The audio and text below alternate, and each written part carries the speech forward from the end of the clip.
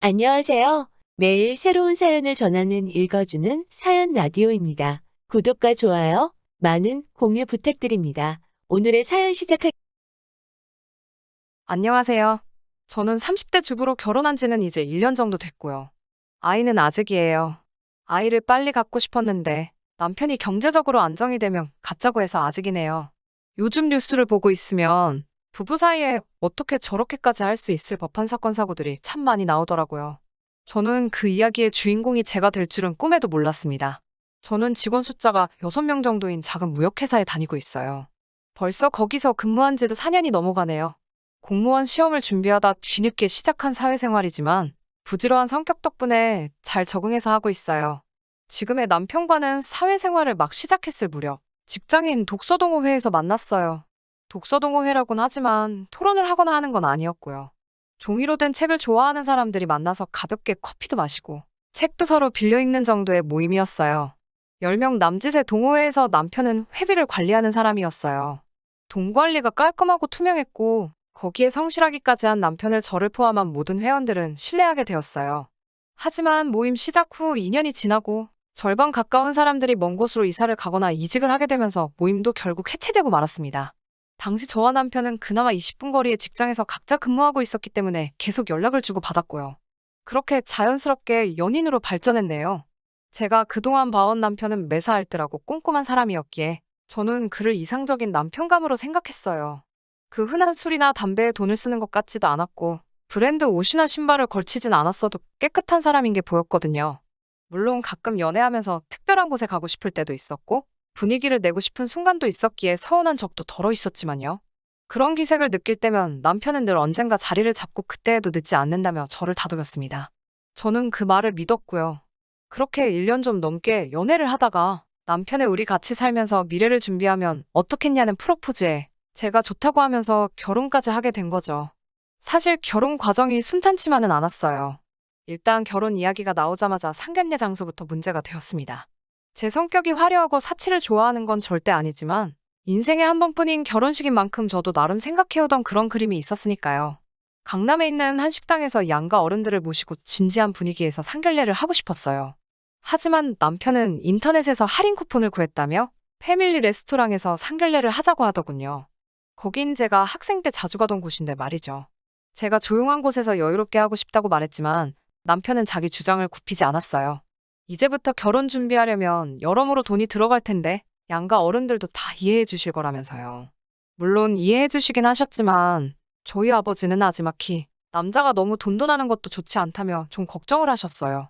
상견례 자리에서도 저희까지 전부 해서 6명이었는데 남편은 여기는 식전해주는 빵이 무료에다가 무한리필이 되고 하니까 메뉴는 4개 정도만 시켜도 충분하다며 손바닥만한 스테이크 2개에 스파게티 하나, 피자 하나를 시키더라고요.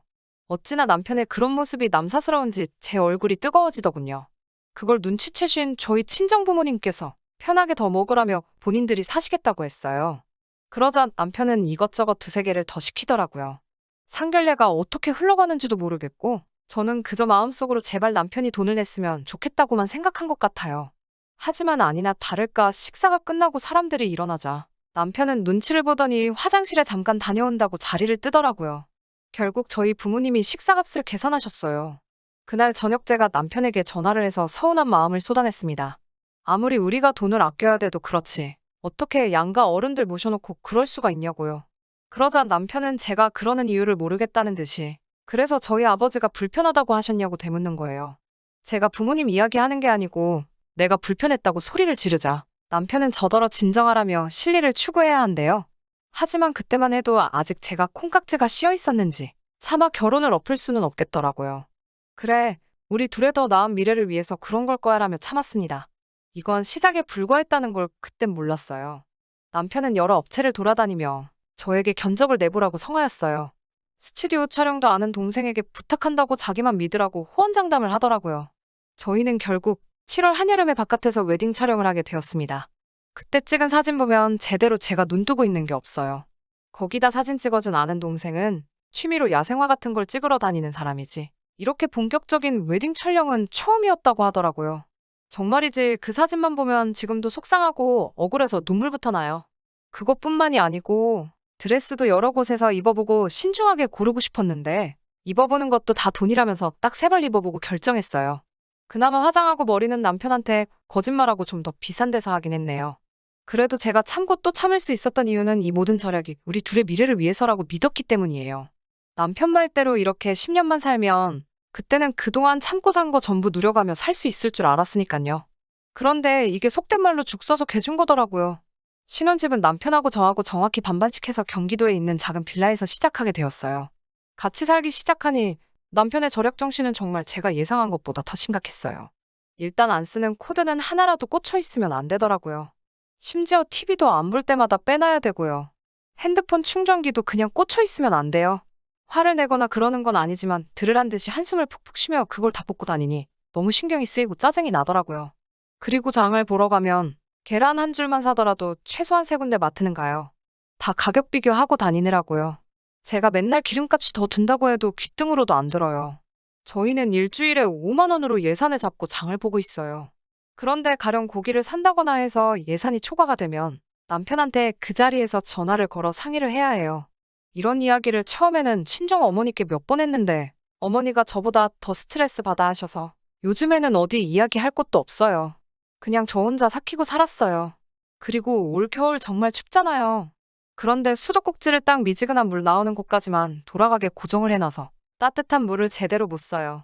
샤워도 10분으로 시간을 정해놓고 10분이 넘어가면 계속 화장실 밖에서 1분 넘었다, 2분 넘었다 시간을 재면서 눈치를 주더라고요. 이런 결혼 생활이 지속이 되니까 정신병에 걸릴 것 같더라고요. 그래도 또 한편으론 스스로 무서울 만큼 제가 적응을 해가고 있었죠. 그러다 얼마 전 친정집에 누수 문제가 있어서 저희 부모님이 며칠간 저희 집에 오신 적이 있어요. 제가 남편한테 어른들 감기라도 드시면 고생하시니까 빨리 수도꼭지 풀어놓으라고 난리를 쳐서 부모님이 따뜻한 물로 샤워는 하실 수 있었어요. 그런데 생각지도 못한 데서 정말 충격적인 장면을 목격하고 말았습니다. 영하 13도였던 밤이었어요.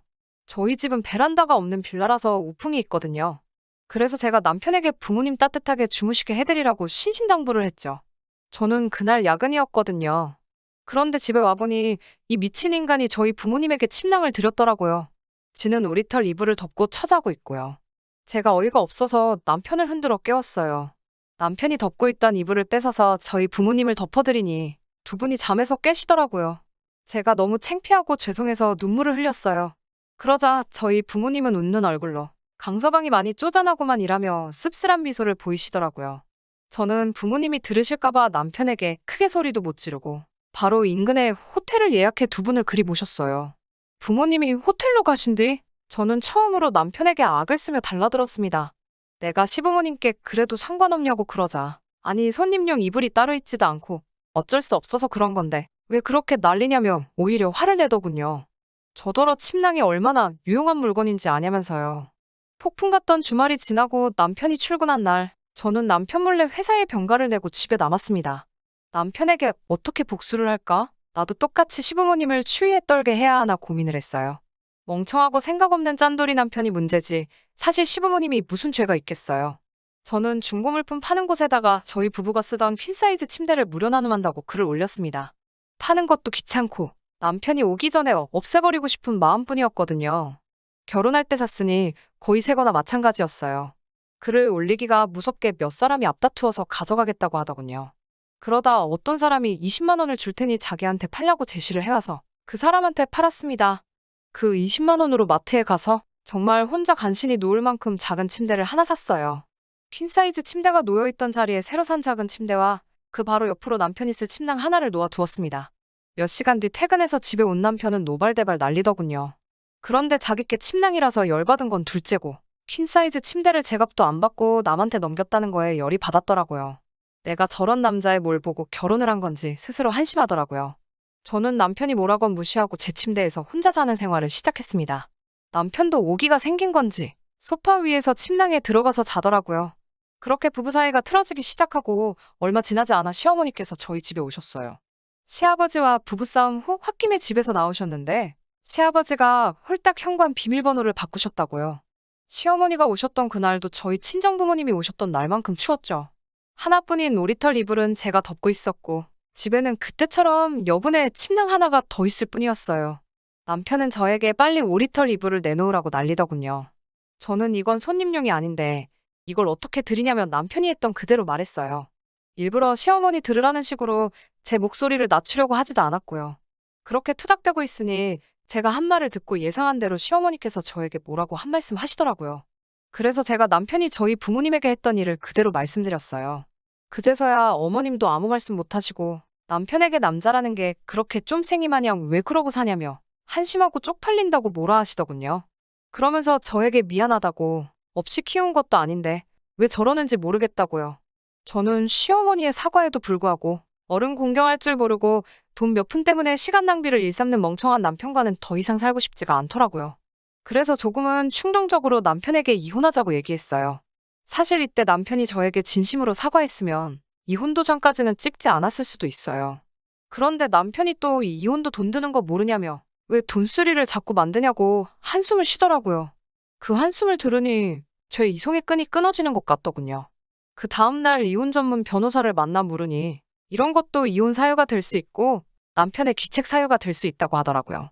그런데 그 변호사 말이 진짜 짠돌이들은 이혼도 돈 생각하느라 못하니까 그 점을 무기로 잘 생각해서 써먹어보라고 하더라고요.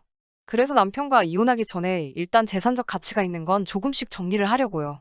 정말 개거품 물 때까지 집안 물건 하나씩 헐값에 정리하려고 합니다. 들어주셔서 감사합니다. 긴 이야기 들어주셔서 감사합니다. 오늘의 사연은 여기까지입니다. 구독과 좋아요, 알람 설정해주시면 앞으로 더 좋은 사연으로 찾아오겠습니다. 감사합니다.